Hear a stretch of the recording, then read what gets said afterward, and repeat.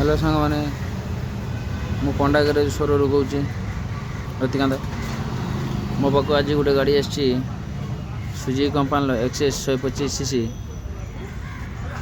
BS6 model.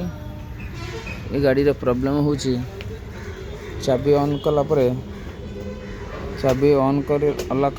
परे ये mail function लाइटा सब बड़े जलिक रोला जे कौन से मिस्त्री भाई जने ताको खोल टेस्ट चेक करते बोधे सीरा सब प्रकार पुश खोल देते जाकि अपडेट मागुला जहाँ मुझे अपडेट करदेली। अपडेट करदेला लाइटा बंद होगा। एबे मुझे स्टार्ट करुच्ची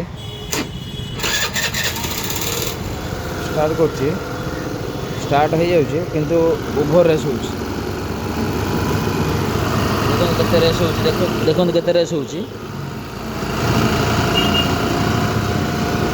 हाई आरपीएम टाक आम कम करवा। मुझे ओबिडिकेट लगे टेस्ट कलापर अपडेट कलापर मेल फंक्शन लाइटा तो बंद हो गला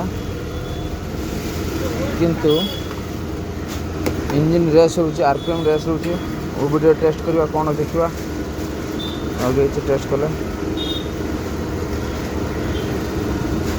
ना कोड नॉट फाउंड रेड को ना कि ना जीरो देखो किंतु आमको मैनुअली तो आम सेट करा पड़ो आरपीएम टाक सेट करा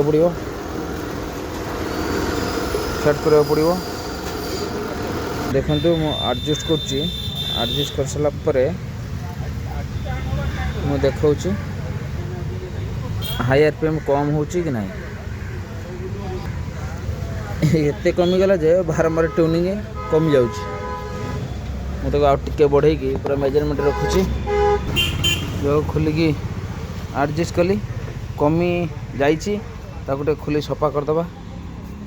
सफा कर सारा मुझे मोर टोटाल बॉडी मोर WD-40 मुझे वाश कर वाश कला केते कमुची देखा मु सॉफ्टवेयर मारिकी एडजस्ट करदेली केते स्लो होगा ट्यूनिंग बहुत स्लो होगा।